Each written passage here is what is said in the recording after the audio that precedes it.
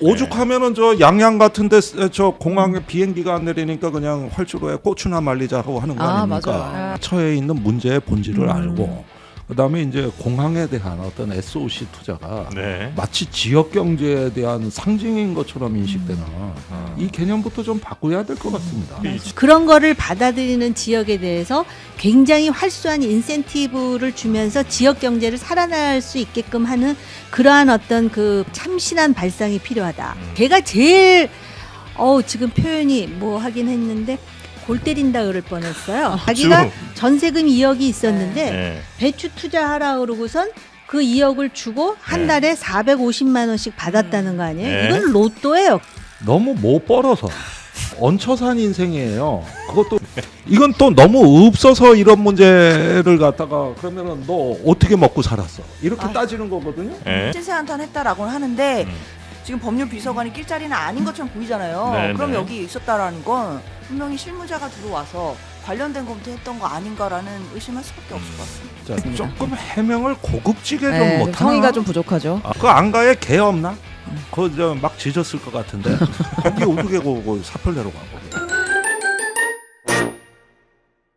한없이 가벼운 정치 토크쇼 장르만 여의도 6월 26일 목요일 순서 시작하겠습니다. 반갑습니다. 정프로고요. 오늘 대통령 첫 시정연설이 있었죠. 뭐 다른 건 잘 모르겠는데 퇴장할 때 야당 의원들하고 한 명 한 명 악수하는 모습은 참 보기가 그래도 괜찮은 것 같더라. 인상적이었더라. 뭐 생각이 좀 들기는 했고 한편으로 또 드는 생각은 그렇게 저 사람 대통령 되면 나라 망할 거지 얘기하던 분들도 그렇게 또 악수 한 명 한 명 하는 거 보니까 또 역시 뭐 정치란 게 이런 건가 하는 생각도 좀 들기도 하고요. 그 결정적 장면은 그 권성동 전 원내대표랑 악수하는데 약간 트라우마 생길 것 같더라고요. 그 어깨를 툭 치는 거예요. 팔을 이렇게 맞아요. 툭 치는데 그 약간 또 윤 전 대통령 생각이 또 나지 않겠습니까? 그래서 그런 악수 장면도 눈에 좀 들어오더라 하는 생각이 들었습니다. 여튼 오늘 시정연설 포함해서 우리 정치권 뉴스들 이분들과 함께 이야기 나눠보도록 하겠습니다. 정호김 전 의원님 나오셨고요. 안녕하세요. 네, 반갑습니다. 그리고 장현주 변호사님. 안녕하세요. 네, 반갑습니다. 김종대 전 의원님 나오셨습니다. 안녕하십니까? 네, 반갑습니다. 네. 음료가 좀 마음에 안 드시죠 지금? 커피 먹고 왔는데 똑같이 매실 다릅니까? 네, 읍천이 다른 걸로 저희가 빨리 준비해 놓겠습니다. 이제 먹던 거라도 괜찮으시면 아니, 곧 그것까지 매실에 뺏어 먹을 갑니다. 생각 없습니다. 제가 뭐 트럼프도 아니고 내가 네. 그런 거 럼프 형이 하는 거 잘하는 럼프 형이. 러브 형이. 예. 먹던 거 뺏는 거. 예. 자, 그리고 최윤경 기자가 오늘 뉴스 정리해 네, 주시겠습니다. 안녕하십니까. 네, 반갑습니다. 오늘 뭐 저희 정치권 뉴스들 쭉 보기 전에 방금 뭐 트럼프 얘기도 좀 나왔습니다만 요 뉴스는 또 워낙 우리 출연해 주신 분들이 국제 정세 또 전문가 분들이시니까 요 뉴스부터 좀 먼저 짚고 넘어가도록 하겠습니다. 네, 이스라엘과 이란의 충돌이 공식적으로는 종료가 됐잖아요. 그런데 이제 이란 핵 개발을 놓고서 새로운 논란이 불거졌습니다. 그러니까 미국이 벙커버스터까지 동원해서 공격을 했는데 네. 사실상 이란의 핵시설을 완전히 파괴하지는 못했다. 이거 생각보다 한 3개월에서 6개월 정도 늦춘 것일 뿐 이란이 마음만 먹으면 금방 다시 만들 수 있는 거 아니야? 라는 이제 보고서가 처음 보고서가 미국에서 나왔는데 그거를 CNN과 NYT가 보도를 했습니다. 네. 트럼프 대통령이 대노경노하였습니다. 그래서 정말 막말을 막 퍼부었는데요. CNN 기자 막 개처럼 쫓겨나야 이런 얘기를 하고 실화냐? 그리고 우리가 분명히 성공적인 이 결과를 가지고 왔는데 이 군사 공격을 폄훼하려고 하고 있다 지금 이렇게 얘기하면서 트럼프가 화를 많이 냈습니다. 네. 근데 그러니까 상황이 지금- 어떤 건가? 네, 그러니까 이란 핵시설 피해 그 파괴 부분에 대해서 트럼프 얘기랑 미국 국방정보국 얘기랑 이스라엘 얘기랑 이란 얘기가 조금씩 다 다른 것 같거든요. 어느 장단에 춤을 춰야 될지 정확히 잘 파악 못하겠는데 이 상황은 우리 정호김 전 의원께서는 어떻게 보셨습니까? 저도 이제 나오는 기사를 가지고 제 나름대로 그 가늠을 해보자면 네, 그 한 60% 정도 농축된 우라늄이 400kg 정도 있었던 것으로 알려져 있거든요. 네. 그런데 400kg라 그러면은 장년 남자 대여섯 명 정도 되지 않아요? 400kg이면 그렇죠. 한 7, 80kg 정도 생각한다면 그러면은 거기 트럭이 있었다니까 네. 그거를 옮겨 놓기는 어렵지 않았을 것 같아요. 네. 그런데 벙커 버스터로 지하 8, 90m를 뚫어가지고 농축 시설을 파괴한다든지 아니면은 갱도를 망가뜨리는 일은 했지 않았을까. 네. 그런데다가 이스라엘이 미국의 공격 이전에 자기네들이 이란의 핵 프로그램을 한 2년 정도 늦췄다 이렇게 얘기했거든요. 그 결론으로 보면은 핵 프로그램을 늦추는 거에는 성공을 했지만 과연 이 60% 정도 농축된 우라늄이 어디 있는가 그거에 대해서는 누구도 단정지어서 말할 수 없고요. 저는 네. 그런데다 이란의 지도부에서 자기네들의 그 3대 핵시설이 상당 부분 파괴되었다라고 인정을 하거든요. 네. 인정하는 얘기를 들어보니까 아 파괴되지 않고 뭔가 카드가 남아있구나로 해석이 가능할 수 있다라고 봐요. 그러니까 정치인들로서는 트럼프로서는 이게 완전히 오블리터레이티드라는 표현을 썼더라고요. 네. 완전히 없어져야 얘기가 되는 거지만 실제로 핵시설이 그렇게 쉽게 망가지지 않고요. 오히려 이란은 핵 농축을 어떤 식으로든 더 속도를 가속화할 가능성을 열어놨다라고 봐야 되겠죠. 만약에 근데 그게 사실이고 그렇게 농축 더하는 게 나중에 드러나게 되면 이스라엘이나 뭐 미국의 공격이 또 있을 가능성이 좀 높을 것 같은데 이제 우리 김종대 의원께서는 어떻게 보셨습니까? 네, 저는 미국의 정보당국 판단이 신뢰할 만하다고 봅니다. 아, 미국 국방정보국의 판단. 예, 그렇습니다. 네. 일단 공습 전에는 네. 그러니까 6월 13일 이스라엘이 이란을 공격하기 전에 공식적인 정보 판단은 네. 이란의 핵 능력은 위협이 될 수준이 아니었다예요. 아니었다입니다. 그런데 이스라엘이 공습을 하니까 트럼프가 우리 정보기관은 틀렸다. 그러면서 정보를 뒤집어 엎습니다. 위협이 180도. 될 만하다 예. 이렇게요. 그래서 핵무기 조립 직전까지 와 있다. 이렇게 바꿉니다. 그런데 그럼 새로운 증거가 있어서 바꾼 거냐? 그러니까 새로운 증거는 없다. 아, 단지 해석이 잘못됐다. 네. 이렇게 바꿉니다. 그러다가 미국이 이제 22일 날 벙커버스터를 동원해 가지고 포르도의 핵시설에 12발의 벙커버스터를 네, 투하해 가지고 거의 뭐 이건 아작을 낸 거라고 봐야 되는데 이런데 미 정보 당국은 이게 늦췄을 뿐이지 제거된 것이 아니다라고 보고를 하는데 이때 또 트럼프가 그건 틀렸다. 완전히 파괴돼서 핵을 불능화했다. 이렇게 얘기하거든요. 그러면은 계속 정보 당국 판단은 제가 보기에는 새로운 증거 없이는 번복된 적이 없는데 네. 트럼프 혼자만 정보를 그냥 손바닥 뒤집도 계속 뒤집어 왔어요. 그럼 이거는 어떤 통상적인 어떤 과학적 평가에 기반을 둔 군사적인 논리로 이야기하는 게 아니라 어떤 정치적 퍼포먼스에 가깝다.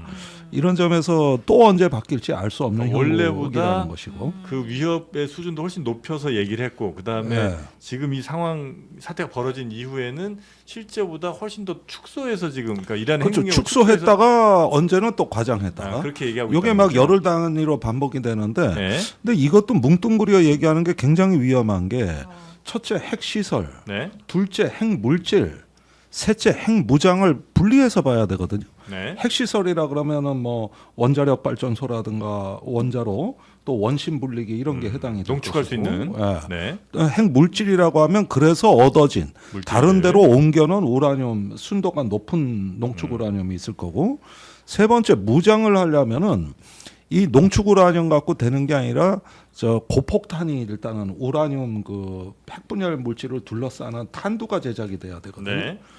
이런 게 조립 단계로 가려면 또 핵실험이 필요한 부분이거든요. 근데 이란이 이런 부분에 핵실험을 한 적도 없고, 그러니까 핵무장은 또 다른 단계의 얘기인데 이걸 다 뭉뚱그려서 핵기획 능력을 파괴했다.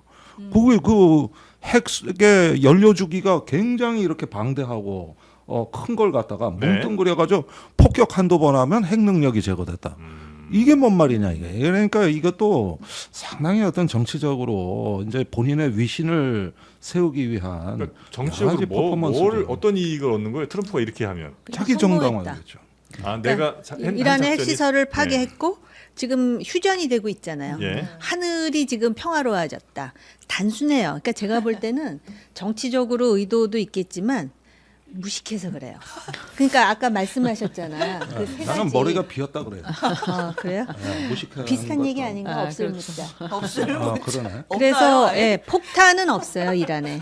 그러나 상당 수준의 예. 그 고농축 60% 이상의 그 우라늄 물질은 어딘가에 은닉되어 있을 가능성을 열고 네. 있다라는 것이고, 그 다음에 농축 시설은 아마 벙커 버스터에 의해서 파괴를 받았을 거예요. 근데 아마 옛날에 그 기억나세요? 우리 북한과 핵합의를 네. 해가지고 냉각탑을 파괴해갖고 뭐 핵 능력이 상당히 지연될 것 같이 하다가 어느 순간 북한이 마음 먹고 하니까 그냥 뭐 시간이 얼마 걸리지도 않아요. 그렇기 때문에 제가 볼 땐 트럼프로서는 이렇게 말해야 돼요. 그래야 미국이 뭔가 움직여서 성과를 이뤘다라는 얘기를 국내외적으로 하고 싶은 거거든요. 네, 네. 트럼프가 굳이 뭐 핵주기에 대해서 알려고 하지도 않을 거예요, 제가 볼 때. 네. 그러니까 그 제 말이 무슨 얘기인지 트럼프가 못 알아듣는 데서 이 불행이 시작됩니다. 불행이 정호김 시작됐어요. 의원님 네. 말이나 우리끼리는 말을 알아듣고 알아듣네. 통하는데 네. 거기는 안 돼. 아. 이게 문제라고. 아이고 저런. 알겠습니다. 그래서 지금 트럼프는 전 세계 특히 이제 뭐 우방국들에게는 국방비 뭐 전체 GDP의 5%씩 해라 뭐 이러고 있는데 나토가 또 여기에 어느 정도 호응을 하는 모양이에요. 그렇죠. 나토 32개국 정상이 회의를 갖고 예. 2035년까지 GDP 대비에 국방비를 5% 지출을 하겠다 합의를 했다고 합니다. 지금 보통 다른 나라들이 뭐 1점 몇 프로, 2% 뭐 요 정도 이제 자람하고 있는 것 같은데 5%까지 올린다는 건 상당히 급격하게 올리는 거잖아요. 이 정도가 그 나라 경제에도 상당히 좀 부담되지 않을까 싶긴 하던데. 그런데 여기엔 꼼수가 있습니다. 지금 트럼프를 달래기 위해서 예. 합의를 해준 모양새를 취한 건 사실입니다만은 네. 내용을 보면은 우선 기간이 2035년까지입니다. 네. 10년 그러니까 10년이라는 목표 시한을 두고 있기 때문에 다소 시간 벌기 전략이 있고 두 번째는 내용인데 5%라고 하지만 진짜 국방비는 3.5%에 불과하고 나머지 1.5%는 국방력에 도움이 되는 인프라 구축 비용이에요. 예를 들면은 저 네트워크 비용이라든가 사이버 보안이라든가 심지어는 물류 비용도 들어가 있습니다. 어떤 국가는 철도 항만도 국방비라는 거예요. 이걸 다 나중에 군사력의 기동성을 높이는데 도움이 된다 이런 논리겠죠.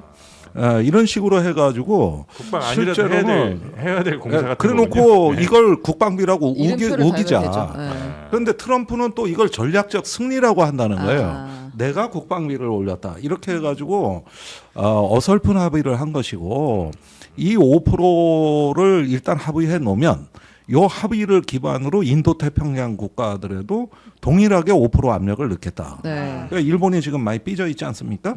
근데 우리도 그 압력을 받을 건데 그렇게 되면 이 5%로 환산을 하면은 내년도의 국방 예산 기준으로 70조라고 보고 네. 5%면은 2.6%에 70조니까 5%면 거의 130조에서 140조로 국방비를 늘리라는 얘기거든요. 네.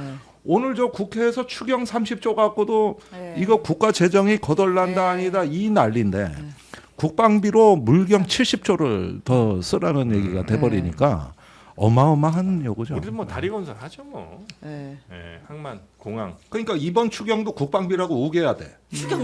여기에 분명히 그렇죠. SOC 예산이 들어가 있거든요. 네. 오늘 보니까 SOC. 이거 이미 우리 국방비 쓰고 있다고 우겨야 돼. 그렇게 하는 걸로. 그리고 또 10년 안에 또 트럼프는 또 빠이빠이 할 테니까. 네. 네, 꼭 그거 뭐 10년 후에까지 지킬 필요는 없을 수도 있는 거 아니겠습니까? 그러니까 나토는 네. 이미 트럼프를 어떤 식으로 관리해야 되는지를 아는 것 같아요. 트럼프 일기 때도 국내 정치적으로도 너무 그 허무맹랑한 또 외교 정책 그때도 이미 관세를 높여야 된다라는 얘기가 많이 나왔었거든요. 네. 그럴 때 미국의 장관들이 그때는 이제 지금하고는 달라서 일방적으로 예스맨만 있는 건 아니었어요. 그래서 예를 들어서 뭐 우방국의 그 철강과 관련한 관세를 올려라 그러면은 국방부 장관이 나타나서 이거 우리 국방 예산과 관련해서 우방국에는 이렇게 올리면 안 되기로 되어 있습니다. 이렇게 네. 얘기를 해서 막는다든지 그런 식으로 하거든요. 그리고 또 한 가지는 이제 북한의 예인데 북한의 국방비 비율이 상대적으로 작아요. 그 이유가 바로 뭐냐면은 그 소위 군사력, 그 인력과 관련한 경상 비용까지도 국방비에 안 넣거든요. 네. 네. 그러니까 그 역으로 지금 말씀하셨듯이 뭐 SOC라든지 이렇게 해서 그 국방비에 포함시키는 방법이 있고, 만약에 나토 회원국들이 국방비를 올리게 되면은 자연히 동유럽에 있는 나라들은 자신들의 무기 체제를 더 강화할 수밖에 없거든요. 네. 그러니까 그런 부분은 우리의 방산 수출에는 또 호기가 도움이 될 수 수도 있다. 있어요. 네. 그렇게 플러스 마이너스 되는 것들 잘 한번 따져볼 필요는 있겠고요. 자, 그러면 이제 대통령 우리나라 안으로 좀 들어와서 네. 대통령 추경 시정연설 요것부터 한번 가볼까요? 네, 조금 전 10시 이재명 대통령이 첫 국회 시정연설을 가졌습니다. 예산안 내용을 설명을 했고요. 그리고 국회 협조를 당부했는데, 대표적으로 이제 경제 위기에 정부가 손을 놓고 긴축만을 고집하는 건 무책임한 방관이자 정부의 존재 이유를 스스로 부정하는 일이다라고 이야기를 했고요. 지금은 네. 경제가 다시 뛸 수 있도록 정부가 나서야 한다. 경제는 타이밍이라고 하는데 지금이 바로 그 타이밍으로 생각된다. 우리가 왜 이렇게 급하게 추경안을 편성했는지를 설명하는 그 시간을 가졌습니다. 네. 뭐 내용에 대해서는 이미 뭐 상당히 알려졌던 것 같고 대통령이 이제 직접 국회에 가서 야당을 설득하는 이 과정들은 꽤 그래도 오늘은 부드럽게 이어진 것 같습니다. 그렇죠. 사실 예. 그리고 메시지도 상당히 명쾌하고 간결했던 것 같아요. 네. 그래서 이게 물론 국회에 와서 하는 이야기지만 결국 국민들께 내는 메시지가 되잖아요. 네. 그러니까 국민들이 들으시면서 왜 지금 추경이 필요하고 그리고 민생 회복을 위해서 긴급하게 정부가 예산을 풀어야 하는지를 확실하게 저는 좀 간결하게 메시지로 보여줬다라는 생각이 들거든요. 네. 지금 민생 경제 상황이 응급 상황인 거고 음. 응급 상황일 때는 당연히 비상한 조치가 있어야 되는 게 당연한 거죠. 물론 국민의힘에서는 뭐 이렇게 하면 뭐 물가 오르고 이거 어떡할 거냐, 우리 경제 펀더멘털이 뭐 무너진다 이런 얘기 하지만 네. 중장기적인 경제 부분에 대해서 당연히 대비를 하는 거고, 그러나 지금 응급 상황의 이 민생 경제에 대해서는 사실상 살릴 수 있는 회복의 불씨를 마련하는 데 있어서의 분명히 마중물이 필요한 것도 사실이거든요. 네. 그렇기 때문에 정부가 결단을 내린 거고, 관련돼서 저 민생 회복과 관련된 뭐 소비 쿠폰 이런 부분도 설명을 잘 하셨다라고 생각이 네네. 들고, 국민들이 들으실 때도 납득이 되고, 정부가 존재하는 이유가 우리 그렇지 국민들 잘 살게 하기 위함이지라는 부분 전 메시지로 간결히 나왔다고 생각합니다. 네.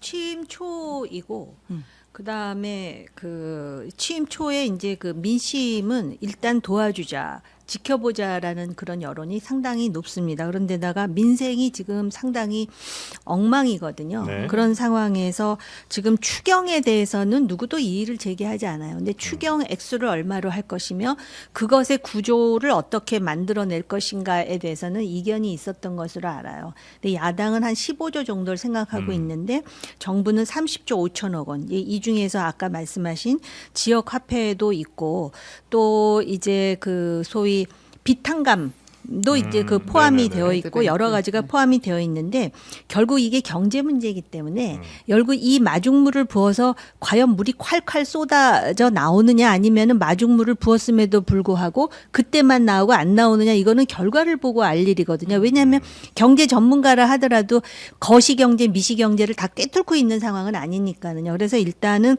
대통령의 이런 호소에 호응하는 여론이 높은 것으로 알고 있는데, 단지 이제 비탄감 같은 것과 관련해 가지고는 과연 이것이 얼마나 효과가 있을 것인가, 그다음에 도덕적 해이라든지 그다음에 국채가 그만큼 들어가는 거에 대해서 부담은 없는가. 왜냐하면 국채를 이 정도 집어넣으면은 경제 성장률이 지금 뭐 0%대인데 이게 올라가야 되는데 네. 과연 이게 경제 성장률이 올라가는 결과로 나올 것인가. 이게 다 지금 미래에 관련된 일이기 때문에 누구도 예단하거나 장담하기 어렵다는 것이죠. 그리고 네. 사실은 민생을 살리는 건 맞고 지금 주가가 올라가는 것도 맞는데 주가하고 집값은 올라가는데 기업은 더 어렵거든요. 이런 상황에서 일단 대통령이 30조 5천억 하니까는, 그리고 여당이 지금 다수당 아닙니까? 네. 그래서 일단은 지켜보고 이것에 대한 결과가 이제 앞으로 누적이 되면서 대통령에 대한 업무 평가와 이제 연동이 되겠죠. 네, 저는 이 논리가 상당히 좀 두 가지 문제점이 있다고 보는데. 이 논의 자체가 예, 그 추경 말입니다. 이런 예. 것들을 이제 어떻게 쓸까 하는 얘기가 99%거든요. 예. 근데 왜 증세 얘기는 안 합니까? 쓰면은 당연히 그만한 세입이 돈이 나와야죠. 들어갈 텐데. 예, 그런데 이 얘기는 정치권에서 금기시된 것 같아요. 그리고 저는요 어떤 성향이 리버럴 이 조금 진보적인 사람들이 언제 보수로 전환되냐 하면은 세금고지서 나왔을 때거든요. 그렇습니다. 저도 지금 뭐 자영업 같이 돼 있지만은 그때만큼은 진짜 그래져요. 그러는데 이걸 갖다가 이 얘기를 지지율 떨어질까봐 안 해버리고 이제 쓰는 얘기만 자꾸 하시는데 그러면 한쪽에서 당연히 재정 건전성 얘기가 나옵니다. 예. 그런데 보십시오. 2023년, 24년에 세수 결손이 87조입니다. 예. 이거 지금 정상화 안 할 겁니까? 아. 그런 상태에서 자꾸 이런 어떤 쓰자는 거는 여야가 또 자연스럽게 합의가 됩니다. 이건 선거 기간에 합의가 된 거예요. 그때도 증세 얘기는 빼놨어요. 그러면서 감세해가지고 그동안 세수 결산한 얘기는 의도적으로 안 하는 거죠. 그러니까 이렇게 좀 지지율을 의식하면서 이런 문제를 한다는 게 저는 이거 정상적 논의가 아니라는 거고 두 번째는 주는데 이렇게 말이 많으면은 받는 사람 더럽고 안 입고 와가지고 진짜 나중에 이거 살리자는 겨 죽이자는 겨 약 올리자는 겨 이런 느낌이 듭니다. 받는 국민 기분 나빠요. 왜 그러냐? 아니 저기 작년에 보면은 우리나라 자살자가 14,400명입니다. 예. 18년 만에 최고예요. 작년이. 그런데 40대, 50대 남성이 1위로 올라섰습니다. 그래요? 원래는 우리나라가 노인 네. 자살 60대가 많은 나라인데 예. 압도적 1위가 이제 50대가 됐거든요. 그래요? 그런데 40, 50대 남성이 주로 15년 만에 작년 대비 15%가 증가했습니다. 그런데 그 마지막 사연들, 그 상담 기록들 보면은 가게 문 닫습니다. 대출금이 가위 눌려서 이제 죽을 판입니다. 사실은 폐업을 하는 사람이 행복해요. 파산을 하는 사람이 죽는 거예요. 권리금 다 날립니다. 그리고 작년에 100만 명 줄었습니다. 이러니까 이건 응급조치 산소호흡기인데 네. 이걸 가지고 무슨 모럴 해저도다 무슨 뭐 도덕적 해이 플러스 뭐 저기 현금 중독이 된다 뭐 어쩐다 포퓰리즘이다 베네수엘라 된다. 아니 저기 우리나라는 손실 보상도 안 해준 나라 아닙니까? 대출 지원만 해줬잖아요. 그게 이제 돌아와 가지고 저 거의 질식을 하는데 작년 계엄령으로 이제 치명타를 났단 말이에요. 그럼 이 사람들은 이 받는 건 권리입니다. 코로나 때 팬데믹에 협조해주고 네네. 국가가 계엄령 선포해가지고 나 죽게 생겼는데 이걸 국가가 보상 안 해주고 15만 원에서 50만 원 주는 걸 가지고 온갖 생색 다 내고 이렇게 되니까 네. 난 이런 두 가지 문제가 비정상이라는 거예요. 줄 때는 네. 확실하게 주고 그래서 재정에 문제가 생기고 뭐가 뭐 또 부유층이 너무 혜택을 입었다 그러면 연말정산할 때 세금으로 거두면 되지. 주는 단계에서부터 이래놓고 안 걷어버리니까 결국은 이런 논의가 계속 저기 보면은 국민 통합에 도움이 안 되는 쪽으로. 그러니까 이제 자영업자 본인들 잘못이 아닌 예를 들면 코로나 그렇죠, 상황 코로나 혹은 상황. 뭐 계엄 상황 계엄. 이런 것들 때문에 외부적 요인으로 힘들게 돼서 정말 아주 끝까지 몰린 분들이 이렇게 많은 상황에서 당연히 이건 돕는 게 아니라 당연히 해야 될 일이라는 그게 거. 국가의 책무지. 말씀이신 오히려 것 증거요. 같고. 그렇게 보면. 대신 이제 더 이거를 줘야죠. 얘기하는 과정에 있어서 왜 누구나 조금 저 얘기하기 힘들어하는 그 세금 얘기는 왜 안 하느냐. 정치권 얘기를 해야 된다 이거는. 그렇습니다. 어쨌든 뭐 올해도 뭐 세수 부족이 뭐 몇십 조에서 뭐 100조 이상으로 이렇게 날 가능성이 매우 높아 보이는 상황이니까. 예.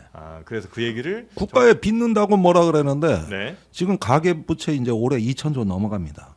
그 빚은 왜 얘기 안 합니까?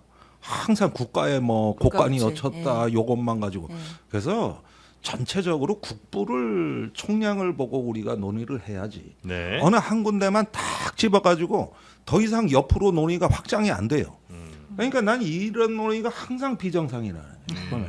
알겠습니다. 이런 건 이제 우리 정치권이 한번 잘 새겨들어야 될 얘기인 것 같다. 그거는 제가 볼 때 예. 세금 전문가들이 얘기해야지 정치권에서 네. 다 자기 상황을 생각하면서 얘기를 세금도 하다 걷는 문제에 보면은 대해서요. 아니요 증세가 불가피해요 사실은. 네. 그런데 지금 증세를 말을 못하는 정치적 이유가 있겠죠. 그러니까 국채를 얘기하는 거잖아요. 그래서 국채도 지금 뭐 1,000조, 1,300조 얘기 지금 나오는 거 아니에요? 1,800조 와가야 되는데. 그러니까 그래서 그런데 이게 그렇잖아요. 이 돈이라는 게 막 찍어내가지고 풀어줄 수 있는 그런 게 아니잖아요. 경제라는 네. 게 우리가 생각하는 것보다 훨씬 복잡하고 또 비탄감만 해도 그렇습니다. 탄감 받는 사람이 있는데 그 경계선상에서 열심히 또 빚을 갚은 사람이 있을 것이고 그 다음에 5천만 원 이하의 빚을 진 사람을 탕감해 준대. 그러면 5,100만 원 빚을 진 사람은 어떻게 되는 건가? 케이스가 5천만 명의 케이스가 다 다르거든요. 그래서 이런 정책이 사실은 잘 해가지고선 좋은 결과가 나올 수도 있지만은 자칫하면 파퓰리즘이라는 소리도 듣고 네. 또 아까 도덕적 해이에 대해서 비판하셨지만은 이게 도덕적 해이라는 것을 선례로 또 만들면 안 되는 것은 정부가 해야 될 일이기도 하고요. 그래서 네. 요 세금 문제와 관련해 가지고 기업은 또 기업대로 할 말이 많을 거거든요. 그래서 이 전문가들이 정말 그 브레인스토밍을 해야 되는데 그런 건 또 주목을 못 받으니까 이제 정치 얘기들을 많이 하나 보죠. 네. 저희가 또 좀 얘기를 하겠습니다. 여기서 이렇게. 네. 자, 이렇게 이 대통령의 추경 시정 연설 뉴스를 좀 전해드렸는데 어제 대통령이 또 지역을 방문했죠. 네, 뭐 자주 다니시는 것 같아요. 네. 어제는 이제 취임 후 처음으로 민주당의 전통적 지지 기반인 호남을 찾았습니다. 타운홀 미팅 형식으로 시민들을 만나서 이야기를 쭉 진행했고요.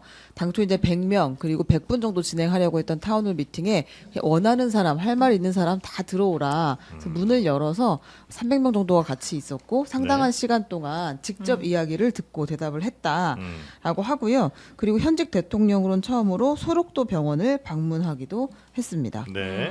그래서 뭐 그 군공항 이전 문제 요거가 제일 이슈였던 모양이죠. 그렇습니다. 그 예. 광주시하고 무안군이 갈등을 빚고 있는 광주 군공항 이전 문제 네. 이거를 대통령이 직접 언급을 했어요. 그러면서 대통령실에 TF를 마련해서 내가 챙기겠다라고 이야기를 했습니다. 네.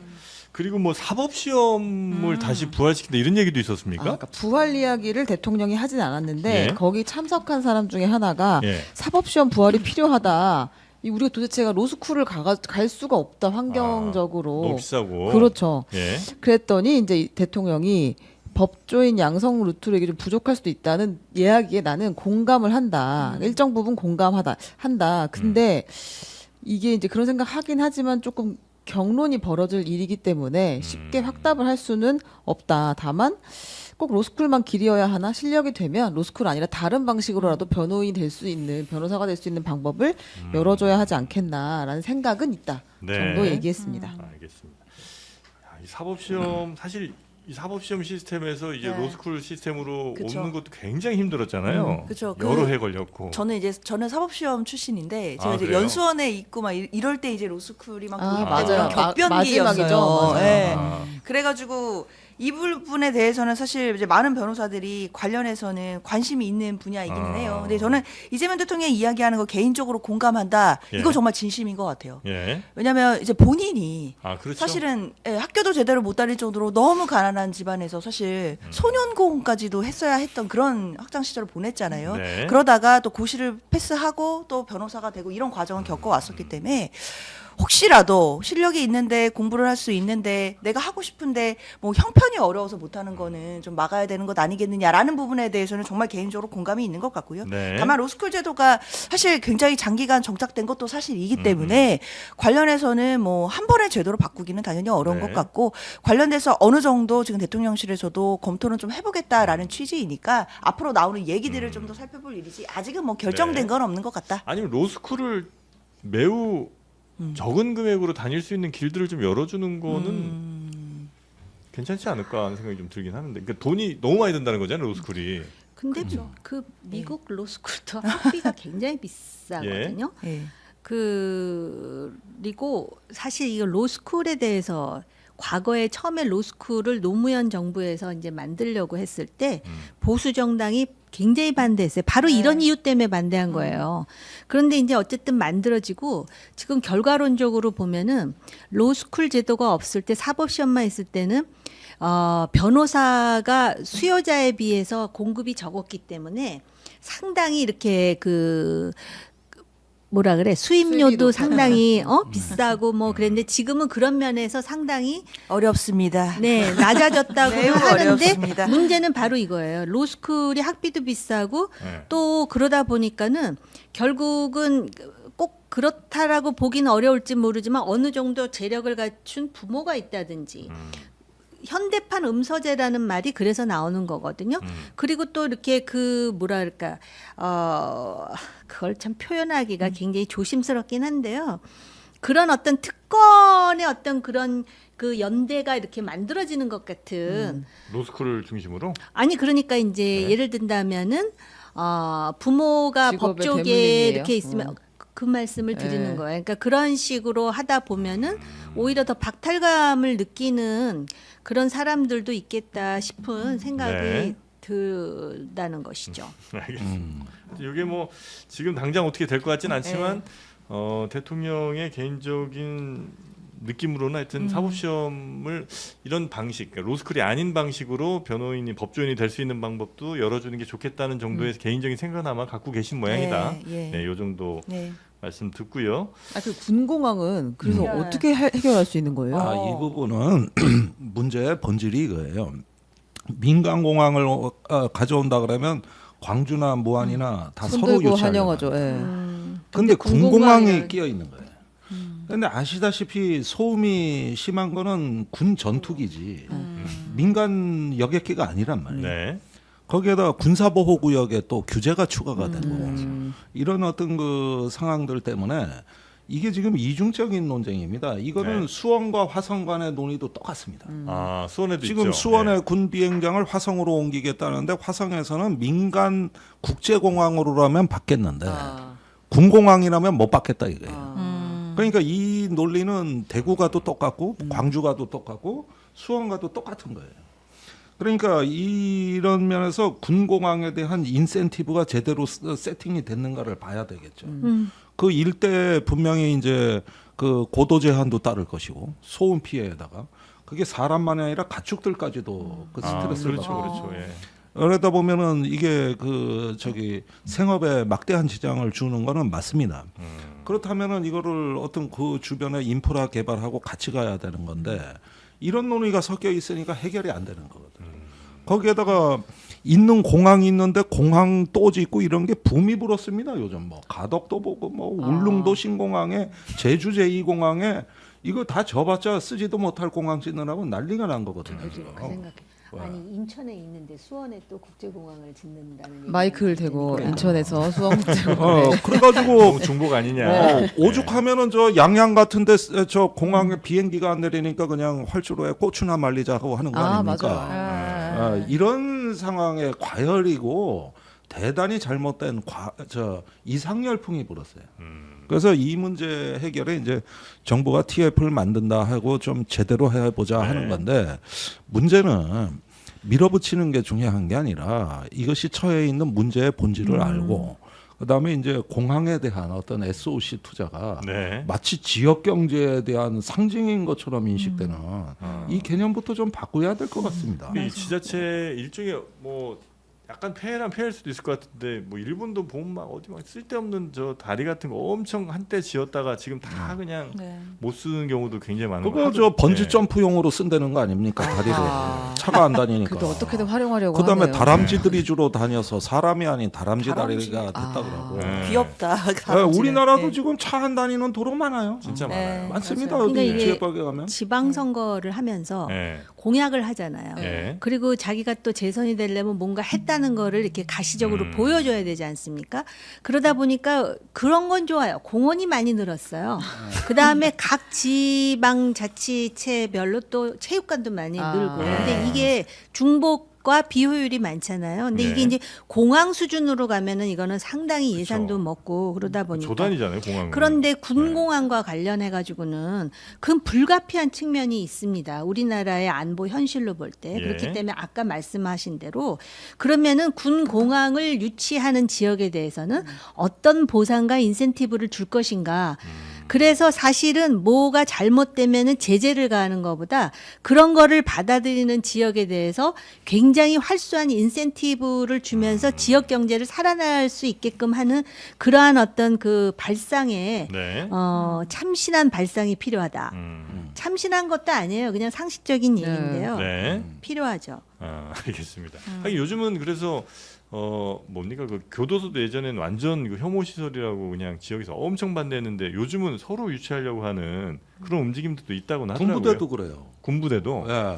아. 강원도 같은 데는 막 직업군인이 거의 뭐 지자체 인구의 이제 막 30%에 육박하고 아. 이런 데가 나오니까 가족들 면회도 오고 뭐 이렇게 되면. 예, 그런 네. 상권 문제도 있고 그래서 제가 보기에는 이 군공항이라든가 어떤 거 이런 우리나라에 조금 피해를 주는 시설들에 대해서는 조금 제도가 전반적으로 재정비될 필요는 있습니다. 지역 그리고 주민들에겐 좀 피할 수 있으나 그래도 우리나라에 반드시 필요한 시설들일 테니까 그거는. 뭐 국가 안보상 필요하다고 하니까요. 네. 그리고 또 군용기가 이제는 저기 조금 줄었습니다. 숫자가. 그래요. 옛날에 우리나라 전투기 500대라 그랬는데 지금 430대로 숫자도 줄었고. 아, 사실 성능이 좋아졌군요. 그렇습니다. 아. 그래서 양보다는 질로 가니까 그게 맞죠. 뭐. 군공항도 저는 축소 통폐합할 여지가 있다고 봐요. 아.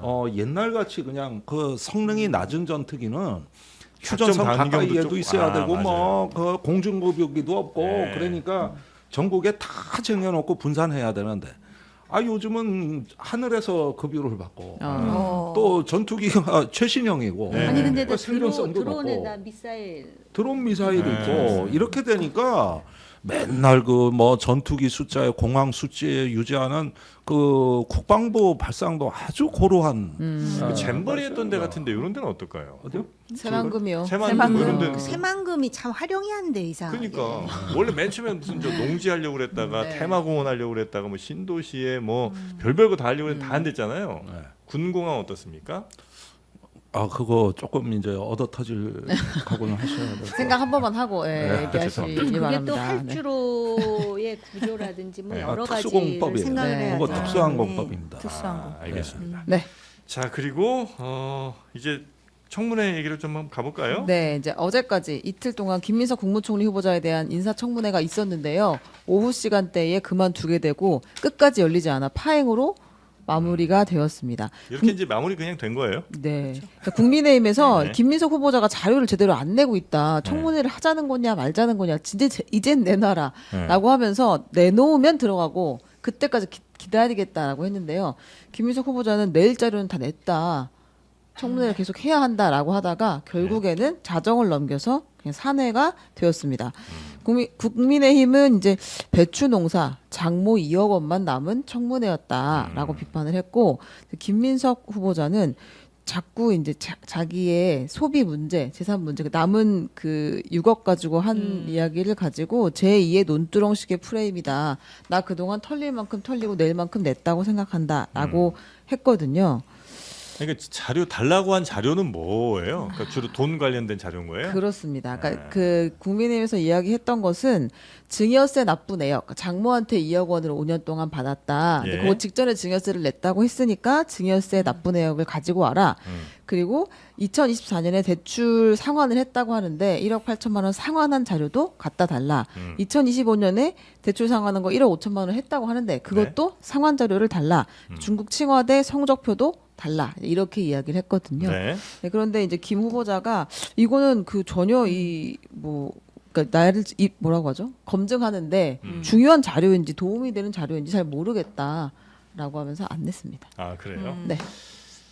자료를 더 달라고 하는 건 너무 좀 무리한 요구였을까요? 일단 후보자 입장에서는 필요한 자료는 냈고 관련된 부분은 어느 정도 해명했다라는 입장으로 보여요. 그러니까 뭐 특히 이제 과거의 사례에 준했다라는 말을 강조하고 있는 점도 좀 봐야 될 것 같고. 과거의 사례, 그렇죠. 그러니까 뭐 한덕수나 그렇죠. 뭐 한덕수 총리라든지 전 총리들. 박근혜 정부 때 있었던 총리들에 대한 사례와도 네. 비슷하게 간 거다. 특히 이제 민주당 청문위원들이 그런 얘기를 하거든요. 아니 그럼 그때는 사생활 침해라고 그렇게 방어하더니 이제는 검증이니까 필요한 거냐.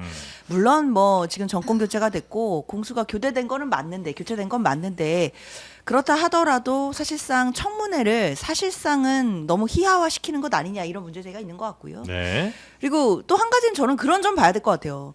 사실은 국민의힘에서 어떤 자료를 내도 저는 계속 의심하고 해명하라는 얘기, 무한 해명을 요구했을 것 같다라는 생각이 솔직히 드는 것이 뭐 그런 거 있었잖아요. 뭐 처음에 칭화대 석사를 딸 때 뭐 이거 학교 제대로 가지도 않은 거 아니냐. 당시에 뭐 민주당 최고위원이었는데 어떻게 갔냐. 막 네. 이런 얘기하다가 출입국 기록을 나름 냈잖아요. 그랬더니 이 자료가 원본이 아니다. 이런 식으로 계속 공방이 나오거든요.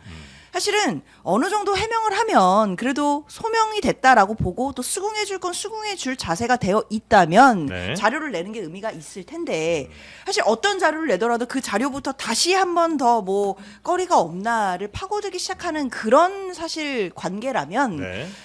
이제 자료를 내고 더 이상 해명하는 게 무슨 의미가 있나라는 생각도 저는 들지 않았을까라고 근데 그 개인적으로 생각 출입국 들어요. 자료와 관련해서는 어차피 자료에서 줄 것 같으면 뭐 출입국 기록이야 이제 국가가 인정한 그런 자료들일 거 아니에요. 그거는 그냥 이렇게 줘도 그러니까 본인이 직접 네. 정리한 거 말고 그냥 뭐 비행기 티켓이 됐든 뭐든 이렇게 그냥 정리해서 정리된 걸 주는 게 오히려 더 낫지는 않을까. 근데 그러면 너무 과잉 자료라는 아, 뭐 부분도 좀 과잉인가요? 있어요. 네. 왜냐하면 아무리 검증을 받아야 되는 총리 후보자라고 하더라도 네. 뭐 사생활이나 아니면 그 칭화대와 관련해서 중국 간 자료 말고 다른 출입국 자료까지 굳이 아. 내야 될 필요는 없는 거 아닌가라는 생각도 솔직히 들거든요. 네, 네, 네. 그런 부분에서는 뭐 이 검증과 관련돼서 관련 있는 자료만 내는 것이 맞다라는 생각이 드는데 그래서 후보자가 나름대로는 보기 좋으라고 좀 추려서 낸 것 같습니다. 네, 네, 네, 그런데 네. 그렇게 내도 이거 못 믿겠다 이렇게 나오면 사실상 청문회를 하는 과정에서의 기본적인 신뢰나 존중이 없다라고 봐야 될 것 같고 네.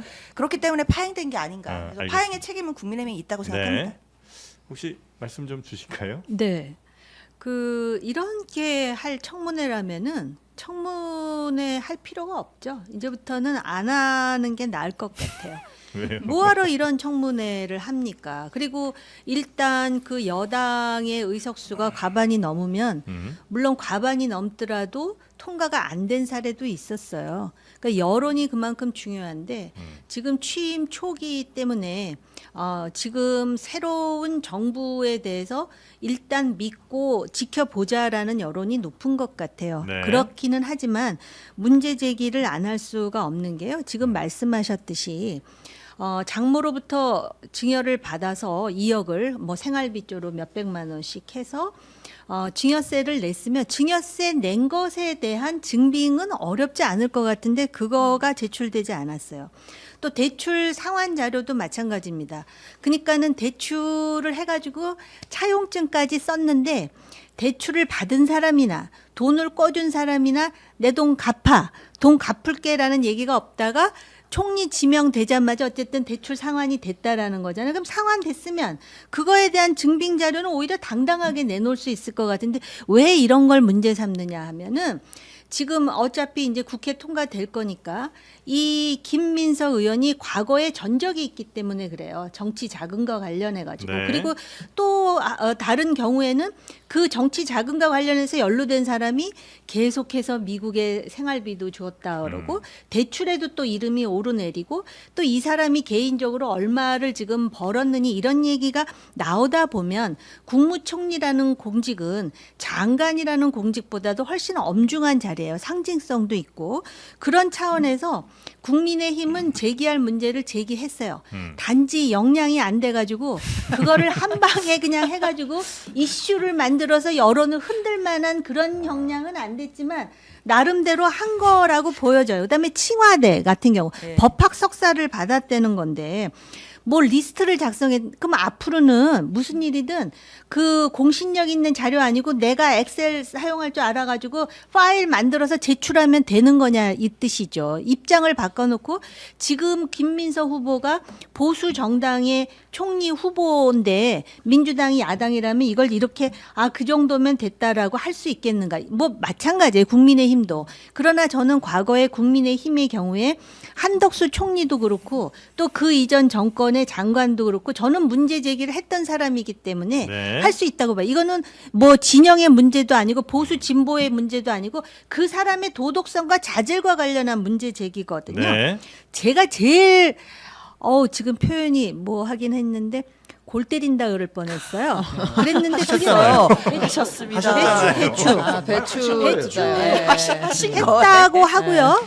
배추 문제와 관련해 갖고 배추. 자기가 전세금 2억이 있었는데 네. 배추 투자하라 그러고선 그 2억을 주고 한 네. 달에 450만 원씩 받았다는 거 아니에요? 네. 이건 로또예요. 그 당시에 제가 그래서 배추가 작황이 어떤가 봤더니 배추 작황도 보셨어요? 청년 요새는요. 네. 챗 GPT에다가 아, 명령을 내리면 다 나와요. 아, 그거보다 더 좋은 기능도 있어요. 뭐예요? 그거? 검색에 강한 퍼플렉스 같은 더 해봐야겠다. 채취비튼 창의력에 네. 그래서 약간 네. 그 네, 배추. 그래서 이게 지금 말이 안 되잖아요. 그 당시에 은행 금리가 네. 4% 5%라고 치더라도 네. 이게 지금 엄청난 그 당시 근데 제가 아무리 기억을 더듬어 봐도 그 당시에 2005년에서부터인가 배추를 로또가 됐다라는 얘기를 들어본 기억이 없는데 아무튼 그랬다는 거 아니에요. 네. 그러니까는 이런저런 이야기로 볼 때 사실은 그 대통령도 사법 리스크가 있었어요. 이제는 대통령으로 선출됐고 또 초반에 여러 가지로 안정적인 국정 운영을 한다는 평가가 있다 보니까 일단 좀 지켜보자라는 그런 여론이 많은 것으로 제가 알고는 있지만 이게 그러면 문제가 없는 것이냐? 그건 아니라는 것이죠. 우리나라의 말이에요. 정치가 저 사람이 내 편이라고 생각하면 무조건 감싸려고 그러고 내 편이 아니라 그러면 무조건 배척하려고 하는 게 한국 정치를 요 모양 요 꼴로 만들었다고 저는 생각을 하는데 김민석 후보는 이런 점에서 총리로서는 굉장히 문제가 많고 거기에 비해서 국민의힘은 또 이런 얘기들을 하죠.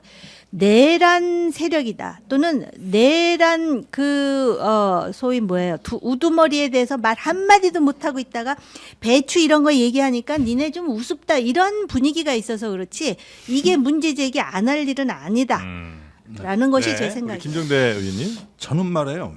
이 정치의 도덕성의 기준이 뭔가를 좀 묻고 싶은데 도덕성의 기준. 우리가 흔히 이런 청문회면은 어디 뭐 법무법인 같은 데 가서 1년에 수십억씩 받고 기업에 고문 맡으면서 네. 뭐 받고 또 가족이 부동산 투기해서 수십억을 벌고 주로 이런 게 네. 정치에서 보는 도덕성의 주요 내용들입니다. 네.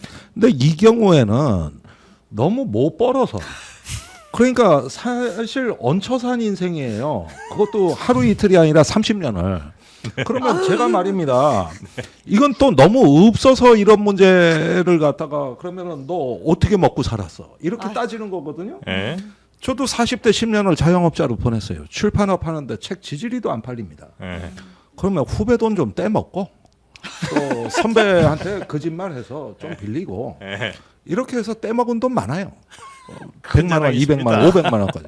네. 그런 거 하면 또 후배가 와가지고 다음 달에 갚는다 그러는데 지금도 안 갚어. 내 돈 떼먹은 놈도 한두 놈이 아니에요. 그러는데 네. 우리끼리는 이해하고 살아. 왜 그런지 아십니까? 너무 어렵기 때문에 그래요. 아, 그러다 보니까 그런 거 갖고 의상하지 않고 서로 감싸주면서 산다고. 네.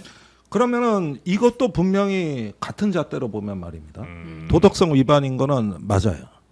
그러나 어떤 치부와 또는 어떤 자기의 어떤 그 자산을 증식하기 위한 도덕성하고는 다른 도덕성이고 그리고 빌린 것도 나는 사실 제가 김민석 후보 같이 살았으면 저 집에서 12번은 쫓겨나고 아마 5번 이상 이혼 당했을 거예요. 네. 저 같은 사람은 네. 이렇게 하면은 완전히 그 어떤 뭐랄까 일가친척 안에서도 왕따 당할 것 같아. 네. 이게 사실 숟가락만 들고 다닌 거랑 마찬가지예요. 네. 그래서 그런 면에서는 참 어떻게 보면은 정치적인 인생으로서는 저는 사실은 찬성할 수는 없는데 네. 이게 그러면은 도덕성을 똑같이 논할 것이냐 이 부분에 대해서는 고민이 좀 또 이제 생겨요. 낙마 사유까지 뭐 이렇게 가는 거는 말이 되냐? 그렇습니다. 근데 이제 그 말씀에 약간 누군가 이제 반론을 한다면 그럴 수는 있을 것 같아요. 예를 들어서 좋다. 그러면 그 어렵게 산 상황들을 그냥 그렇게 난 뭐 후배 돈도 좀 떼먹고 선배한테 그냥 받았어요. 뭐 대가는 없는데 그냥 받았었습니다. 이러면 이제 차라리 오케이 솔직하게 얘기했으니까 좋다 이거예요. 근데 다 빌린 거고 차용증 썼고 갚았고 이렇게 이제 해명을 하면 그거에 대한 증거는 없는데 그렇게 얘기를 하니까 오히려 이게 좀 거짓 해명처럼 느껴질 수 있지 않냐는 거 하나. 또 하나는 그 정도로 20, 30년 동안 이제 생활을 아예 그냥 얹혀 사는 삶이었으면 과연 국무총리라는 한 나라의 큰 경영을 해야 될 사람인데 그 자격이 있느냐 이런 비판도 할 수 있지 않겠습니까? 거기에 더해가지고 더 하실래요? 자영업 하시면서 고생하셨다. 아니, 마이크에다가 더 해주시고요. 평생 고생만 했어요. 이분은 출판 기념회 한 번만 하면 몇 억씩 나오는 사람이에요. 어. 그리고 18년 동안 얹혀 살았는데 하필이면은 그 외국에 얹혀 살아가지고 아무것도 못했느냐? 외국에 공부도 하러 갔고요. 자기 자식도 지금 미국의 사립대학 중에 가장 비싸다라고 하는 대학에 지금 하고 있어요. 물론 그거는 뭐 자기가 좀 멀죠. 등록금을 내고 있지 않다 그러는데 그러면은 그거에 대한 증거도 그냥 우리는 후보가 하는 얘기를 들을 뿐이에요. 근데 원래 청문회라는 거는 증거가 있어야 돼. 율사니까 잘 아시잖아요. 그리고 그 18년 동안 아무것도 하지 않았다? 민주화를 한 사람들은 18년 동안 아무것도 하지 않고 누군가가 이렇게 관대하게 도와주는 게 정당화될 수 있느냐 이거예요. 그건 아닌 거라고 생각을 합니다. 그리고 그러면은 이분이 다른 것도 아니고 정치를 하잖아요. 그 우리나라의 그 정치권에서 어떤 얘기들 하냐면은 돈을 받아요. 이 사람이 그렇다는 게 아니고 돈을 받아가지고 과거에는 그렇게 받고선 그냥 그 은닉할 수 있었지만 지금은 이제 그게 안 되니까는 대차 그 뭐라 그래요? 그러니까는 차용 관계를 만드는 거예요. 그래서 차용증을 썼는데 아까도 제가 말씀드렸잖아요. 차용증 썼는데 돈을 꿔준 사람도 내 돈 내놓으라고 하지도 않고 돈을 갚을 사람도 가만히 있다가 이거 지명된 다음에 했다는 거 아니에요. 근데 그거 다 그러면은 그렇게 해서 계약이 끝났다라는 증빙을 보자 그러는데 그것도 못 내주겠다라는 거 아닙니까? 그리고 아까 그 이제 돈이 많은 사람들, 소위 이제 그 이쪽 러시아 진영에 복지 뭐 이런 거. 네. 그 사람들이 이런 적이 있었어요. 남편이 고소득이에요. 그런데 돈을 엄청 썼어요. 근데 쓴 거에 대한 증빙이 없어요. 그거 가지고도 당시에 민주당이 얼마나 공격을 했는지 아십니까? 이 사람의 경우는 물론 총리는 아니고 장관이었고 저도 비판을 했어요. 근데 어찌됐든 남편이 벌은 돈이잖아요. 근데 이 경우는 누군가가 빌려줬다는 어렵기 때문에 빌려줬다는 말씀엔 제가 지금 눈물이 나올 뻔했는데 그러기에는 할 거 다 했어요. 외국에 가서 공부도 하고 다 했어요. 그러면은 차라리 자기가 내가 이런 상황에서 이랬다라고 약간의 그 반성하는 제스처도 있어야 되는데 이분은 너무 당당해요. 그러면서 털릴 만큼 털렸다는데 제가 볼 때 증빙 서류를 내지 않았다는 점에서 네. 제가 이렇게 얘기를 해봤자 통과되겠죠. 통과되고 또 많은 국민들이 청문회에서 이런 일이 있었다는 거에 대해서 또 잊어먹을 거예요. 네. 그렇기는 하지만 네. 대한민국의 어떤 그 공직자의 그런 어떤 건강성이라든지 도덕성을 생각할 때 네. 그리고 제가 아까 말씀드렸죠. 저는 국민의힘 쪽 장관에 대해서도 이런 부분이 있으면 그동안 비판해 왔다라는 전제로 제가 이렇게 알겠습니다. 아니 그런데 이 부분은 그렇습니다. 네. 나는 이번 청문회가 원래 김민석 후보자한테 물어봤어야 되는 거는 사실 이분이 어떤 지방 정부나 중앙 정부의 경험이 없기 때문에 아, 행정 경험. 예, 이런 네. 어떤 또 오랫동안 야인 생활을 했기 때문에 국정에 대해서 얼마나 감당할 수 있느냐. 또 우리나라에서 총리 역할이 상당히 과소평가되어 있는데 네. 옛날에 그 저 노무현 대통령이 이해찬 국무총리 네, 때 네, 네, 네. 제가 그때 청와대 행정관이었는데 언제 대통령이 저한테 자랑을 하시더라고. 아 요즘 총리가 제 역할을 잘 해주니까 내가 너무 편해서 이제는 나 독서할 시간이 생겼다. 그랬는데 이 총리와 대통령의 서로 이 에너지를 고양하는 어떤 그 굉장히 좋은 순간을 좀 봤다고 보거든요. 근데 우리나라는 무슨 총리를 이렇게 전리품 같이 주는 자리가 아니라 말 그대로 대통령의 그 국정 철학과 내각을 통솔하는데 너무나 중요한 이런 부분에 대한 오히려 역량 검증 쪽으로 방향을 잡았더라면 네, 네, 네, 네. 상당히 난 얘기거리가 됐을 법했는데 그런 걸 좀 누구 말하자면 물어봤어야 차용증을 썼네 안 썼네 무슨 뭐 저기 돈을 갚았네 안 갚았네 사실은 뭐 이것도 중요한 문제라고 하시면 할 말이 없지만 제가 보기엔 너절너절한 훨씬 더 이런 중요한 부분들 이슈가 따로 때문에 있다. 왜 본질을 갖다가 얘기를 알겠습니다. 안 하는지 난 아니 그게 그것도 중요해요. 왜냐하면은 네. 그 사람이 그런 면에서 투명하다는 게 공직자의 제일 소양이에요. 그리고 지금 말씀하신 네. 거 네. 김희정 의원이 질문을 했죠. 그 뭐죠? 국가 부채. 네, 아. 그것도 아. 잘 모르더라고. 20-30%. 아 근데 내가 이 얘기하면 또 뭐라 그러실 것 같은데 네. 그 칭화대 그 법학 석사 논문 법학 석사 맞아요? 석사, 네. 예, 석사. 근데 뭐 저 표준률이 얼마다 그러면서 뭐 41%. 얘기가 나오는데 네. 그것도 사실은 부끄러운 일 아니겠습니까? 칭화대니까 칭화대에다 대고 당장 그 석사 논문 취소하라고 할 수는 없겠지만, 에? 중국도 뭐 지금 숙대도 하는데 뭐. 아 숙대니까 하죠. 숙대니까 칭화대에다 대고 얘기할 수 있겠어요. 근데 아무튼 네. 그런 저런 거를 생각할 때 좀 그렇잖아요. 네. 예. 뭐 결론이 그렇잖아요. 그렇잖아요. 시간이 너무 많이 지났습니다. 예. 여튼 그래서 네. 김민석 네. 후보자는 인준이 될 되겠죠? 것 네, 같아요. 7월 4일에 아마 본회의에서 네, 표결을 될 할 걸로 것으로 봅니다. 봅니다. 네. 네. 네. 잘해주시길 바랍니다. 네. 네. 자 그리고 윤석열 전 대통령 이야기도 좀 가봐야 되는데. 네, 내란 특검 조은석 특검이 윤석열 전 대통령에 대한 체포 영장을 청구했는데 법원이 이것을 기각했습니다. 기각하면서 법원이 설명을 했는데요, 사유를 피의자가 출석 요구를 하면 검찰이 출석 요구하면 응하겠다고 하고 있다. 그러니까 먼저 잡아넣지 말고 일단은 소환 조사를 해라라는 취지였던 것 같아요. 네. 그래서 기각이 되자마자 조은석 특검이 아 그래 그럼 나와 하고 소환일을 통보했습니다. 요건 체포영장 청구가 이렇게 기각되는 게 뭐 일반적인 거예요? 아니면 좀 봐준 거예요? 사실 대세는 지장 없다 이렇게 결론적으로 말씀드려야 될 것 같고요. 예. 일단 체포 영장을 청구하는 게 원래는 이렇게 좀 언론에 알려지고 이러지는 잘 않죠. 일반적으로는 네. 체포 영장은 구속 영장과는 좀 다릅니다. 체포 영장은 일단 체포에 오는 이유는 조사를 하기 위함이거든요. 예. 조사를 하다가 48시간 이내에 구속 영장 청구 사유가 있다고 생각하면 구속 영장을 청구하는 건데 뭐 당연히 윤석열 전 대통령은 구속 영장 청구 수순으로 갈 것이라고 예상은 되는데요.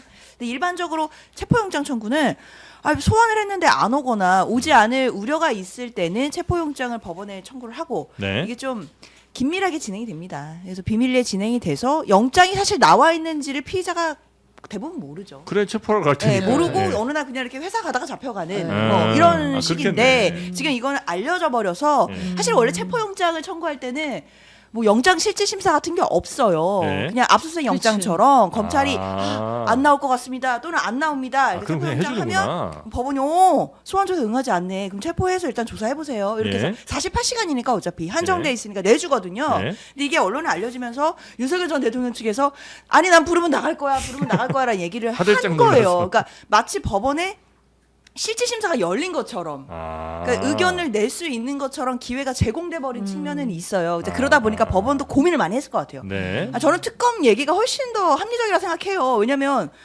이게 체포 영장의 요건은 소환에 응하지 않은 경우도 있는데 응하지 않을 우려가 있을 때도 체포 영장 발부 사유가 됩니다. 네. 근데 윤 전 대통령은 응하지 않을 우려가 매우 높잖아요. 특검 입장에서는. 그렇기 때문에 영장이 발부되는 게 저는 맞을 거라고 예상하긴 했는데 네. 법원 입장에서 고민을 하다가 아무래도 윤 전 대통령이 뭐 나가겠다라고 하니까 그러면 응하지 않을 우려는 없는 거 아니냐라는 차원에서 기각을 한 거고 나간다니까. 뭐 그러나 대세엔 지장 없다. 28일에 소환을 하니까 네. 소환하면 뭐 곧 뭐 신병 확보 절차에 돌입하는 게 수순이 아니겠나 네. 생각합니다.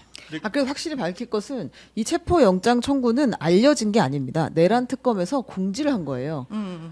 그러니까 이거는 조은석 맞아요. 특검의 스타일이에요. 네, 맞아요. 영장 청구해서 출국 금지도 원래는 언론에 알리지 않습니다. 알리지 절대. 보통은 공항에 가서 나 출국 금지네 이런 느낌인데 출국 금지 이미 된 사람을 출국 금지 또 우리가 하겠다고 발표를 또 했어요. 그냥 조은석 스타일이다. 이렇게 조은석 그냥 스타일이 보시면 워낙 좀 이렇게 시원하게 하십니다. 언론 신나게. 친화적인. 네, 그렇습니다. 예, 그래서 여러 가지를 다 알려주는 스타일의 특검이죠. 그런데 그거는 법기술의 전쟁입니다.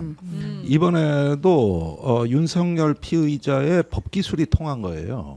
말하자면은 특검에 출석하겠다는 말로 벗어난 겁니다. 계속 경찰에 불응하듯이 했으면 체포가 됐을 겁니다.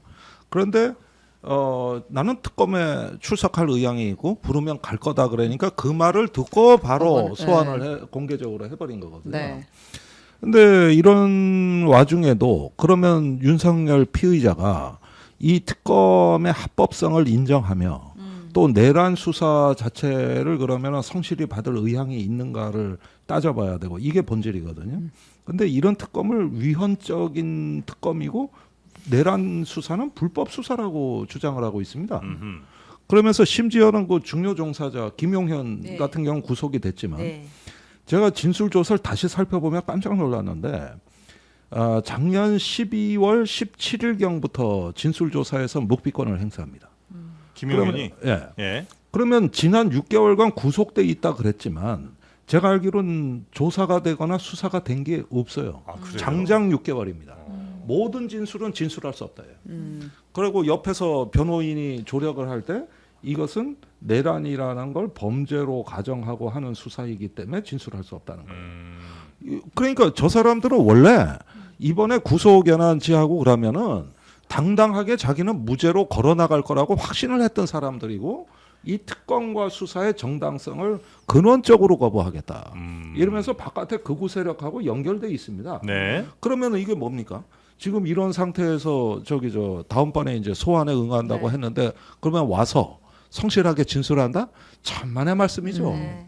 그거는 바뀐 게 없어요. 단지 법기술이라는 거예요. 이거는. 저는 오히려 지금 그 말씀을 들으니까 네. 조은석 특검이 법기술을 구가한 거 아닐까라는 서로 다 생각도 아는 들어요. 기술을 지금 쓰고 있는 것 왜냐하면은 같습니다. 그렇게 해서 체포가 되면은 오히려 뜻하지 않게 극단적인 극우 세력을 또 결집시키거나 그 하나의 그 빌미를 제공하는 동인이 될 수가 있거든요. 그런데 이렇게 이제 공개를 함으로써 본인 스스로는 어쨌든 지금 걸어나오게 만들고. 특검에 나올 수밖에 없는 상황 아니겠습니까? 예. 그래서 조은석 그 특검에 대해서 여러 가지 그 평가가 있잖아요. 네. 굉장히 집요할 뿐만 아니라 철두철미하다, 네. 독사다, 조승사자다 할 정도로 심지어는 네. 윤석열 플러스 한동훈 나누기 2다. 뭐 이런 말. 나누기 이는 사람이니까 하나잖아, 사람은. 그러니까 나눠야 하나가 네. 되잖아. 곱하기 2 아닙니까? 나누기, 따뜻한 것 아니 같은데. 윤석열 곱하기 한동훈. 아니 윤석열 플러스 한동훈을 나누기 2해야 네. 사람 하나가 되잖아. 그러니까. 아유. 짜잘한 걸로. 우리 프로그램 나왔던 그 이규영 검사는 네. 똑똑한 윤석열, 돌파력 있는 한동훈이라고 표현하기도 네. 했습니다. 네. 그래서 아마 그런 정무적인 판단도 해가지고 사실은 이 특검 자체가 신속하게 끝나면서 네. 이거 자체가 또 다른 어떤 역풍이나 후폭풍이 일어서는 안 되거든요. 네. 그러니까 아주 뭐라 그럴까 회를 치듯이 날카롭게 썰어버려. 아니 그러니까 환부를 누구를- 도려내는 수사라고 아니 일반적으로 그러니까 표현을 하는데 깨끗하게 네. 산뜻하게 그러면서 이것 때문에 또 사회적인 어떤 그 분열이나 혼란이 있는 것보다 지금 갑자기 말씀을 들으니까 의원님 말씀을 들으니까 법기술과 법기술의 이거는 대결이다. 그러니까 윤석열 전 대통령으로서는 움찔했죠. 아 나를 체포한다고? 그리고 사실은 지금 윤석열 전 대통령 부부는 그게 최악의 시나리오일 거예요. 어딘가에 자기가 구속되어 있어가지고 이 행동의 제약을 받으면서 그런 어떤 불명예와 치욕을 느껴야 된다라는 것에 대한 두려움과 공포가 있지 않을까요? 네. 여튼 뭐 28일 서로가 서로를 잘 네. 알겠죠. 뭐 조은석, 그럼요. 예, 그다음 네. 윤석열. 너무 잘 아는 관계입니다. 예. 그래서 28일 그 9시에 출석해라라고 특검 통보를 했는데요. 윤석열 측에서 우리 10시에 하겠다 이렇게 이야기했어요. 그리고 플러스 원래는 당당하게 나가겠다고 했는데 비공개로 해달라. 비공개로 당당하게 가겠다. 네, 비공개로 어깨 쭉 펴고 가겠다고 이야기했어요. 네. 그러면서 내가 과거에 그 조국 혁신당의 조국 대표 일가가 검찰에 출석할 때 비공개 출석해줬어라는 것이 이제 윤석열 측의 입장입니다. 그거 살짝 또 흘렸어요. 내가 검찰총장일 때 나 그때 분명히 비공개 출석 허용했으니까 네. 나도 이번에 그렇게 해줘라는 취지로 얘기했습니다. 자, 그리고 최상병 특검에서는 김건희 여사를 또 소환한다고요? 그래서 김건희 씨. 김건희 특검에서는 네. 당연히 김건희 씨를 소환한다고 하고 있고 네. 최상병 특검 역시 필요할 경우에 김건희 씨 소환을 검토하고 있고 원칙적으로 불응하면 체포영장을 청구하는 게 맞다라고 최상병 입장을. 특검에서 김건희 씨는 무슨 무슨 혐의로 이렇게 소환하는 거예요? 이게 아마 왜 3부 체크하고의 블랙펄 펄 인베스트 인베스트. 그 방하고 연관이 네. 돼 있잖아요. 임성근 전 사단장의 구명 로비와 연관이 돼 네네네. 있으니까 아마 그거 관련해서 조사가 필요하면 부르겠다. 사실상 VIP 경로의 뒤에 있는 게 김건희 씨가 아니냐 이제 이런 의혹이 있었죠. VIP가 괜히 경로했겠냐? 그렇죠. 네. 그래서 김건희 씨를 소환하고 불응하면 체포영장을 또. 너무 일반적인 얘기입니다. 네, 그래요? 그렇습니다. 소환 불응하면 체포영장 하는 게 일반적이죠. 근데 김건희 씨 지금 건강 상태가 매우 안 좋다는 그런 증언이 일부 네. 무게가 나오고 있죠. 네, 비공식 최측근인 서정욱 변호사가 비공식 공식 아닙니까? 근데 이거를 왜냐면 우리가 김건희 측에 확인을 못하고 자기 혼자 얘기하고 계시기 때문에 예. 또 최측근 서정욱 변호사가 김건희 여사가 일주일을 예상하고 입원을 했는데 예. 며칠 전에 상태가 더 안 좋아졌다는 안타까운 이야기를 들었다. 윤석열 전 대통령이 김 여사 간호를 위해 거의 매일 아산병원을 찾고 있다라고 그래요. 전했습니다. 하여튼 뭐 건강 안 좋다는 거고요. 그리고 김용현 전 장관은 당연히 재구속 네, 재구속이 우리가 이제 됐습니다. 보석으로 나가라고 얘기했고요. 할 때 나갈 것을 이제 구속 만기 3시간을 남기고 재구속이 됐습니다. 네. 네.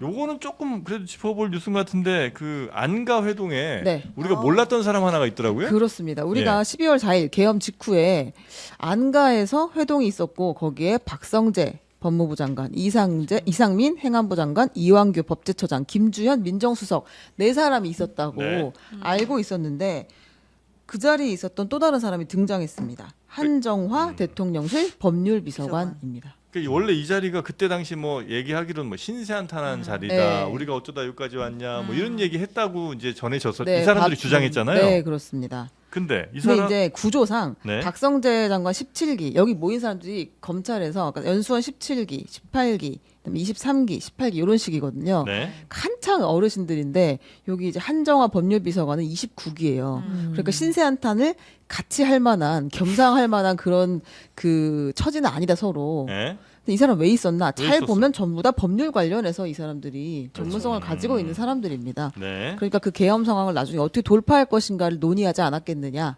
법적으로 문제가 되지 않게. 예, 그런 그런 것들을 의식. 아마- 실무 관련된 거를 담당하는 것 아니었냐라는 아. 의혹이 있을 수밖에 없는 거죠. 그냥 네. 당사자들은 모여서 그냥 신세한탄했다라고는 하는데 음. 사실상은 신세한탄을 하기에는 지금 법률비서관이 낄 자리는 아닌 것처럼 보이잖아요. 네, 그럼 네. 여기 있었다라는 건 분명히 실무자가 들어와서 관련된 검토했던 거 아닌가라는 의심할 수밖에 없을 것 같습니다. 자, 12월 4일 날 네. 시민단체 고발이 들어갑니다. 네. 그 내란 고발이 들어가죠. 이때 즉시 검찰이 사건에 엄청나게 빠르게 일단은 착수를 합니다. 맞아요. 그리고 4일인가 5일 날 김용현이 윤석열 피의자한테 전화를 합니다. 그때 윤석열이 민정수석하고 상의하라 그래요. 그리고 민정수석하고 김용현 전화 통화가 이루어지고 6일 날 김용현이 검찰에 들어가죠. 네. 그리고 당시에 국회에서 이제 여러 가지 상임위가 열리는데 이상민 장관 등이 나와가지고 내란은 대통령의 고유 권한이다. 네. 이게 내란이 아니다. 이런 이야기들이 일제히 나오거든요. 훗날 이 논리는 대통령의 그 12월 16일 담화에 그대로 재현이 되는 거예요. 그러니까 전반적으로 보면은 이건 법률대책회의라고 봐야 돼요. 네. 이게 합리적 의심이다. 의심이자 판단이라고 저는 보여지는 거고 네. 여기에서 중심 인물이 저는 김주현 수석이라고 봐요. 거기서 대통령이 원래부터 이제는 이 나라의 사법 체계를 못 믿었으니까 비상조치권이 필요하다. 이건 2024년 3월부터 시작한 얘기고 이걸 갖다 빌드업 해온 거예요, 대통령은. 그것과 똑같은 논리가 국회로 이제 확산되는 단계가 이 회의 이후입니다. 그래서 이거는 하나의 같은 맥락과 연장선으로 봐야 되는데 우리 눈엔 이게 다 보이는데 네. 특검이 이걸 밝혀낼 수 있을까 이런 점들이 좀 이제 관건이죠. 네. 그러니까 아마 뭐 그냥 추정컨대는 뭐 17기, 18기 이런 이제 나이 많은 사람들이 방향을 정해놓고 실무적으로 이런 게 충돌 생기냐 이런 건 법률적으로 어떻게 해결해야 되냐 이런 것들은 이제 요 한정화 법률 비서관이 좀 더 구체적으로 법률적인 도움을 좀 준 거 아닌가 이런 이제 의심을 해볼 수 있다는 거죠. 네. 이 한정화님 해명을 들어봐야 될까요? 뭐라고 뭐라고 얘기했냐면 했어요? 계엄 직후에 내가 가서 삼청동 안가에 사표를 내려고 사의를 표명하려고 찾아갔다. 안가에? 예, 민정수석을 찾아간 그 것이다. 신세한탄한 자리에. 예, 여기까지만 하겠습니다. 네, 알겠습니다. 신세한탄한 자리에. 깊이 있게 듣지는 않아도 될 것 아니 같습니다. 조금 해명을 고급지게 좀 예, 좀 못하나? 성의가 좀 부족하죠. 그 안가에 개 없나? 그저 막 짖었을 것 같은데 거기 어떻게 그 사표를 내러 가 거기에. 개가 있으면 안가가 아니고 개집이지 뭐 이거. 아니 뭐 한남동 앞감이 개집이었어요. 오죽하면 개 수영장까지 있겠습니까? 네, 그걸 확인되진 않았으니까. 네. 자, 여튼 이런 정도 뉴스까지 오늘 좀 전해드렸는데 아 많이 좀 허탈하고 하실 텐데 그래도 이렇게 좀 시원한 망고 하나씩 좀 드시면서 그 허탈한 속을 좀 달래시면 어떨까 싶습니다. 네, 요 망고 아이스 망고입니다. 요거는 그냥 뭐 망고를 어떻게 뭐 아이스크림 만들고 이런 게 아니고 그냥 망고를 뚝뚝 잘라서 얼린 거예요. 그냥 생 망고입니다. 예, 냉동 망고지 한마디로. 예, 그래서 요 망고를 나무젓가락 하나 꽂아서 이렇게 아이스크림처럼 이미 꽂아져 있군요. 참. 네. 예, 아이스크림처럼 드셔도 되고 애들도 왜 뭐 아이스크림 사주세요. 그럼 편의점 가서 또 1,500원씩 2,000원씩 주고 사잖아요. 그럴 필요가 없다는 겁니다. 그냥 냉동실에 꺼내서 씹어 먹어라, 녹여 먹어라 이렇게 이제 주면 된다는 거고. 네. 요게 한 개에 1,200원 꼴입니다. 뭐 10개가 이제 11,900원이니까 1,200원 정도 되는 거고 요거는 믹서에 갈아서 빙수나 주스, 요거트 요렇게도 이제 쓰실 수 있고 아니면 뭐 녹여서 이제 망고 뭐 이렇게 간식 같은 거 해 드실 때 뭐 샌드위치에 넣으셔도 좋고 아니면 이제 이렇게 얼린 상태 그대로 해서 아이스크림처럼 드셔도 좋은 아이스 망고라는 거죠. 그래서 요거가 한번 들어오면 이게 수입 한번 이렇게 딱 하면 매진이 금방 됩니다. 그래서 그 전에 잘 챙기시라고 이렇게 오늘 갖고 왔습니다. 자, 천연 망고 집에 도착할 때는 이렇게 이제 아이스 상태로 아이스팩 이렇게 다 동봉이 돼갖고 시원하게 도착합니다. 물론 요거 이제 10개짜리 와봐야 이틀이면 끝나죠. 애들이 뭐 2개씩 빼먹고 아저씨도 와서 하나씩 먹고 하면 한 이틀이면 끝나는데 그래도 요거는 뭐 막 설탕이 들어가나 이런 게 아니고 그냥 생 망고니까. 망고 100%라고 써 있어요. 네, 여기에. 그렇습니다. 이게 포장지도 그냥 망고 껍질로 할래다 말았다는 거예요. 다른 거 넣기 싫어서. 아 근데 저 이거 먹고 있거든요 집에서. 아 근데 이제 애기가 아이스크림 되게 좋아하니까 계속 얘기하는데 그냥 이거 하나 주면 한 5분 정도 조용하게 있습니다. 자유를 확보할 수 있어요. 그리고 이제 죄책감이 없어서 먹을 때. 맞아. 5분에 1,200원이구나. 네. 네, 5분에 1,200원. 아이들이 5분 맞기가 쉽지 않습니다. 네, 그래도 아이들한테 줄 땐 가능한 꽝꽝 얼린 채로 주는 게 좋겠네요. 녹이는데 시간이 또 오랫동안 필요하니까. 먹으라고. 자, 그렇게 아이들에게 주시면 좋겠고요. 막 엄청 막 설탕 많이 들어서 단 건 아니지만 건강한 단맛, 자연의 단맛이라고 생각하시면 좋겠습니다. 이게 저렴할 때 빨리 쟁여놓고 냉동실에서 하나하나 꺼내 드시기 바라겠습니다. 자, 요 해와바다 상위 1% 맛집 해와바다 가성비 해와바다 여기서 또 드렸으니까요. 저희 영상 아래 링크 따라가셔도 되고요. 아니면 네이버에서 해와바다를 검색하셔도 되겠습니다.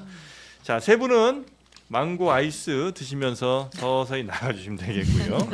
예. 저희는 잠시 후에 김범준 교수님과 함께 핵폭탄 이야기 잠깐 좀 나누도록 하겠습니다. 세 분 대단히 고맙습니다. 감사합니다. 네, 고맙습니다. 다음 주에 뵙겠습니다.